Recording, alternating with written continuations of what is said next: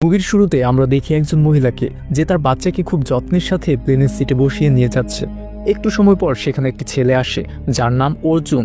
সে মহিলাটিকে high বলে, সাথে আরও বলে, আমি মনে হয় আগে কোথাও আপনাকে দেখেছি, আপনি কি কোনো অ্যাক্টার্স টিভি শোতে কাজ করেন? মহিলাটি একটু অন্য মানসিকতার সাথে বলে, না।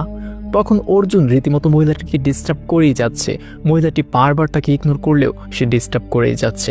একটু পর সেই ছোট্ট বাচ্চাটিকে অর্জুন তার পাশের সিটে একটি গেম দিয়ে বসিয়ে সেই মহিলাটির পাশের সিটে সে এসে বসে পড়ে। এখন যখন অর্জুন তার সীমা পার করে দিয়েছে তখন এন্ট্রি হয় আমাদের সাল্লু ভাইয়ের। তার নাম মুভিতে রাজা সাপ। এই রাজা সাপ নামের পিছনে অবশ্যই কারণ আছে, এটি একটু পরে জানতে পারবেন। এ পর্যায়ে এসে আপনারা অবশ্যই বুঝতে পেরেছেন কি হবে। অ্যাভারেজ মুভি ভেবে মুভি দেখা বাদও দিতে পারেন, কিন্তু ভাই এর পরের পার্ট থেকেই শুরু হয় মুভির একের পর এক ইমোশন নিয়ে খেলা, যা আপনার চোখে জল আনতে বাধ্য। আসলে গল্প এই ছোট্ট বিষয় নিয়ে না, গল্পে কিছু অন্যরকম পরিবর্তন আনা হবে। আর এরকম নতুন নতুন মুভি এক্সপ্লেন সবার আগে পেতে আমার ছোট্ট চ্যানেলটি সাবস্ক্রাইব করো। ওকে, আবার গল্পে চলে যাই।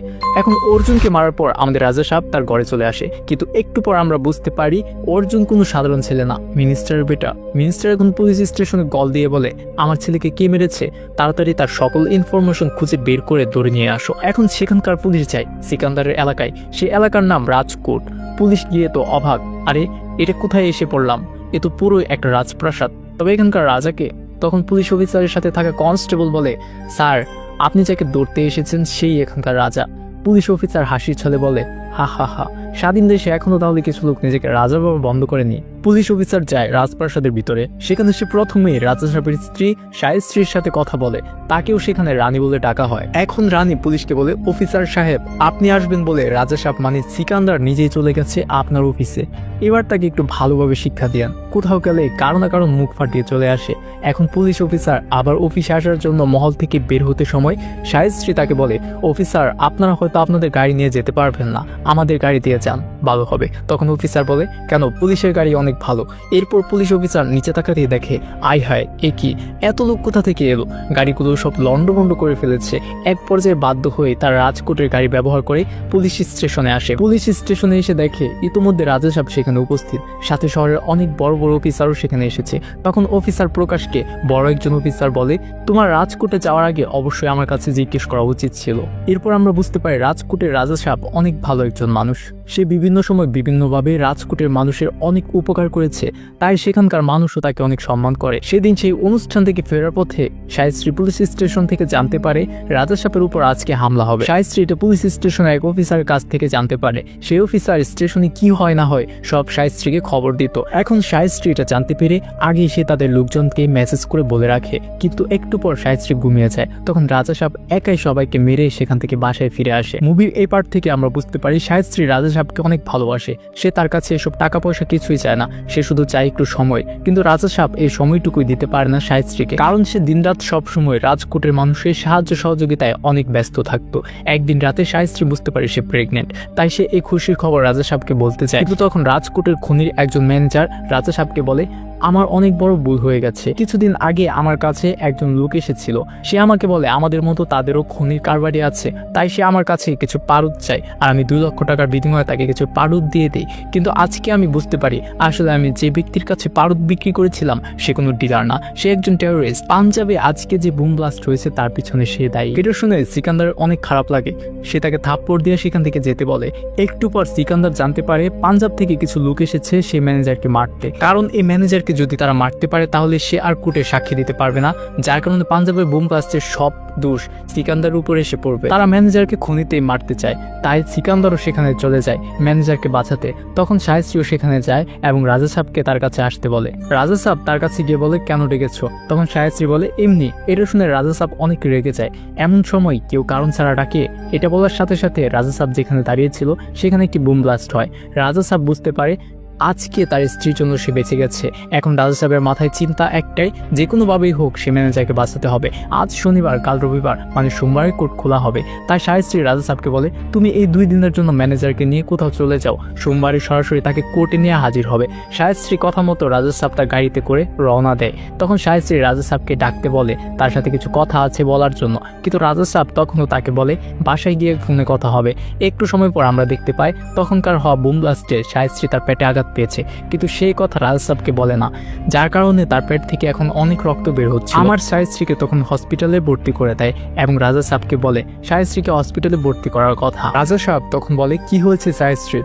আমার তখন বলে ছোট্ট আঘাত, ঠিক হয়ে যাবে। অন্যদিকে সোমবারে কোর্টে ম্যানেজারকে হাজির করা হলে সব সমস্যার সমাধান হয়ে যায়, কিন্তু একটু সময় পরে সিকান্দার জানতে পারে শায়েস্ত্রী মারা গেছে। এটা শুনে সিকান্দারের মাথায় আকাশ ভেঙে পড়ে, পুরো পৃথিবী যেন স্তব্ধ হয়ে গেছে। সে অনুভব করতে পারে শায়েস্ত্রী তাকে কতটা ভালোবাসতো। বিনিময়ে সে শায়েস্ত্রীর রাশিমালা কি, তার কি কি পছন্দ ছিল তার দিকেও সে কখনো খেয়াল রাখেনি। সিকান্দারের পরিবারে কেউ ছিল না, এখন সে অনেক একা হয়ে গেছে। একটু পর সিকান্দার জানতে পারে শায়েস্ত্রী জীবিত থাকতে একটি এনজিওতে তার অঙ্গ প্রত্যঙ্গ ডোনেট করার জন্য একটি ফর্ম জমা দিয়েছে, যার কারণে এখন ডক্টর শায়েস্ত্রীর চোখ, হার্ট, ফুসফুস নিয়ে অন্য কাউকে দিয়ে দিবে। কিছুদিন এভাবে চলে যায়। একদিন হঠাৎ সিকান্দার বুঝতে পারে শায়েস্ত্রী মারা গেলেও তার হার্ট কোথাও চলছে, তার চোখ দিয়ে কেউ দেখছে, তার ফুসফুস দিয়ে কেউ শ্বাস নিচ্ছে। এটা ভেবে সিকান্দার সেই ডক্টরের কাছে সেই 3 ব্যক্তির পরিচয় নেয় তাদের সাথে দেখা করার জন্য। জীবিত থাকতে সে শায়েস্ত্রীকে সময় দিতে পারেনি ভালোভাবে, তাই এখন তাদেরকে ভালো রাখতে হবে যে কোনো মূল্যে, তাহলে শায়েস্ত্রী তাদের মাঝে জীবিত থেকে যাবে, উপরেও শান্তি পাবে। তাই সিকান্দার এখন সে 3 জনের সাথে দেখা করার উদ্দেশ্যে মুম্বাই চলে আসে। সেখানে এসে সে প্রথমে জানতে পারে শায়েস্ত্রীর ফুসফুস একটি ছোট্ট বাচ্চাকে দেওয়া হয়েছে, যার নাম কামরুদ্দিন। সিকান্দার কামরুদ্দিনের সাথে কথা বলে জানতে পারে কামরুদ্দিনের এলাকায় এই ফুসফুসের সমস্যার ডালবাতের মতো সবার ঘরে ঘরে একজন করে রুগী আছে। এর কারণ জানতে চাইলে সিকান্দার দেখে কামরুদ্দিন যে বস্তিতে থাকে তার ঠিক মাঝে প্রতিদিন শহরের সব ময়লা ফেলে তাতে আগুন লাগিয়ে ধোঁয়া সৃষ্টি করা হয়। কাশি নামের একজন অনেক বড় লোক এই বস্তির 80% জায়গা দখল করে নিয়েছে একটি ফ্যাক্টরি করার জন্য। এখন আর 20% বাকি আছে, আর সেটা নেওয়ার জন্য প্রতিদিন একবার করে শহরের সব ময়লা এখানে ফেলা হয় এবং জ্বালানো হয়।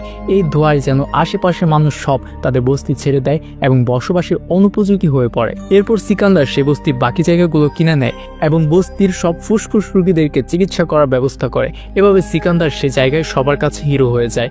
এরপর সিকান্দার বেদাহির করে যায়। বেদাহি সেই মেয়ে যাকে শায়েস্ত্রীর চোখ দেওয়া হয়েছে। সিকান্দার বেদাহির করে যাওয়ার পর সে বুঝতে পারে তাদের ঘরের পরিস্থিতি একটু অন্যরকম। সে খুব ভয়ে ভয়ে এখানে থাকে। বেদাহির শ্বশুর অনেক কঠোর, অন্যদিকে বেদাহির স্বামীও তাকে সাপোর্ট দেয় না। বেদাহির পরিবারে আর্থিক সমস্যার কারণে সে তার বাচ্চাদেরকে ভালো স্কুলে পড়াতে পারে না। এরপর সিকান্দার যায় 3য় ব্যক্তির কাছে যাকে শায়েস্ত্রীর হার্ট দেওয়া হয়েছে, যার নাম নিশা। সেখানে গিয়ে সিকান্দার জানতে পারে নিশার যে বয়ফ্রেন্ড সে আসলে একজন আলফাম্যান, মানে সে নিশাকে সব সময় ডোমিনেট করে রাখে, কোনো কিছুতে স্বাধীনতা দেয় না। এরপরও নিশার তাকে ভালোই লাগতো, কিন্তু এখন সে ছেলে নিশাকে ছেড়ে অন্য কাউকে বিয়ে করে ফেলেছে। তবে এখন শায়েস্ত্রীর হার্ট নিশার মধ্যে ট্রান্সফার করার পরে হার্ট ক্রমশ ডাউন হয়ে যাচ্ছিল।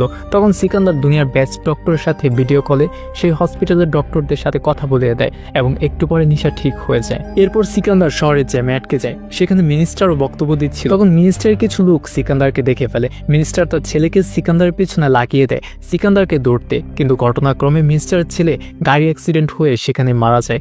এরপর মিনিস্টার অনেক ক্ষেপে যায়। সে সিকান্দারকে কল দেয় এবং জিজ্ঞেস করে কেন সে মুম্বাই এসেছে। সিকান্দার তাকে বলে আমার স্ত্রী ডোনেট করা অর্গানগুলো যে ব্যক্তিগুলো পেয়েছে তাদেরকে দেখতে এসেছিলাম।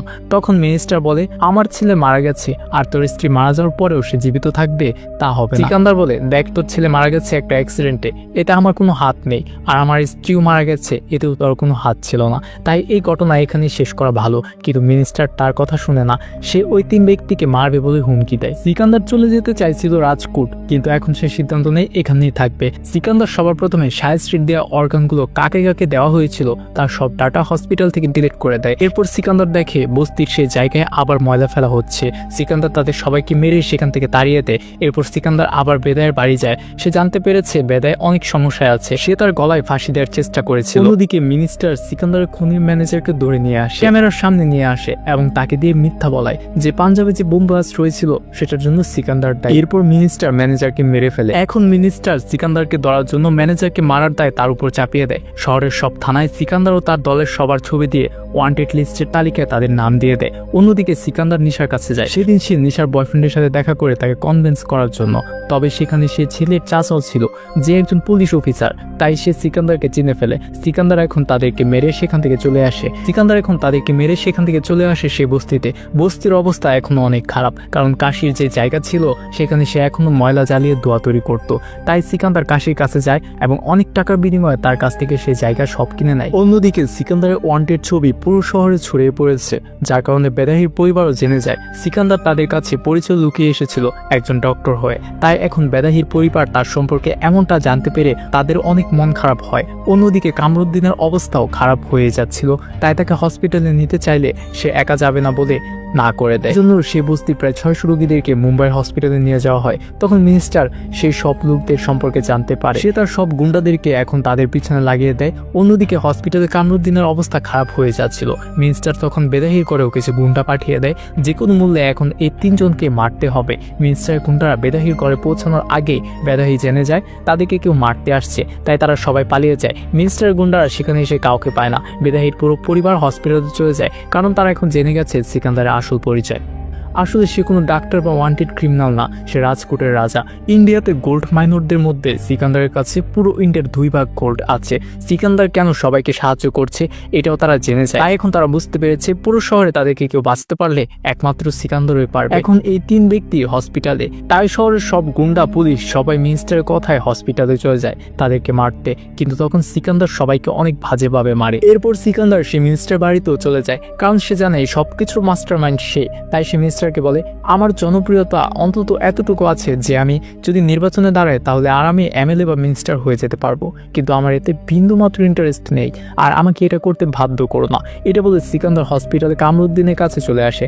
মারামারি শেষ পর্যায়ে সে পুলিশ অফিসার আসে সিকান্দারকে ধরতে, তবে এবার সেও সিকান্দার বক্ত হয়ে গেছে। সে সিকান্দারকে বলে, তোমার স্ত্রীকে কথা দিয়েছিলাম আমি তোমাকে উচিত শিক্ষা দিব, আর এই জিদে পড়ে আমি একজন ভালো মানুষকে অনেক সমস্যায় ফেলে দিয়েছি, তবে এবার আমাকে বাধ্য হয়ে তোমাকে হ্যান্ডকাপ পড়াতে হবে, কারণ হসপিটালে আর মিনিস্টারের পাশে হওয়া মারামারির জন্য তুমি এখন অপরাধী। তখন সিকান্দার কোনো কথা না বলে তার হাত বাড়িয়ে দেয় হ্যান্ডকাপ পরার জন্য। যখন পুলিশ অফিসার সিকান্দারকে নিয়ে বাহিরে আসে তখন দেখে হাজার হাজার মানুষ হসপিটালের বাহিরে। এক পর্যায়ে বাধ্য হয়ে পুলিশ অফিসার সিকান্দারের হাত করি আবার খুলে দেয়। এই ছিল এবছরের বহুল প্রতীক্ষিত সালুবাইয়ের সিকান্দার মুভির পুরো ঘটনা। যদি কোনো ভুল হয়ে থাকে তাহলে অবশ্যই কমেন্টে বলে যাবেন, পরবর্তী তার শুধরানোর চেষ্টা করব। আর এরকম নতুন নতুন মুভি এক্সপ্লেন সবার আগে পেতে আমার ছোট্ট চ্যানেলটি সাবস্ক্রাইব করুন। ধন্যবাদ ভিডিওটি শেষ পর্যন্ত দেখার জন্য।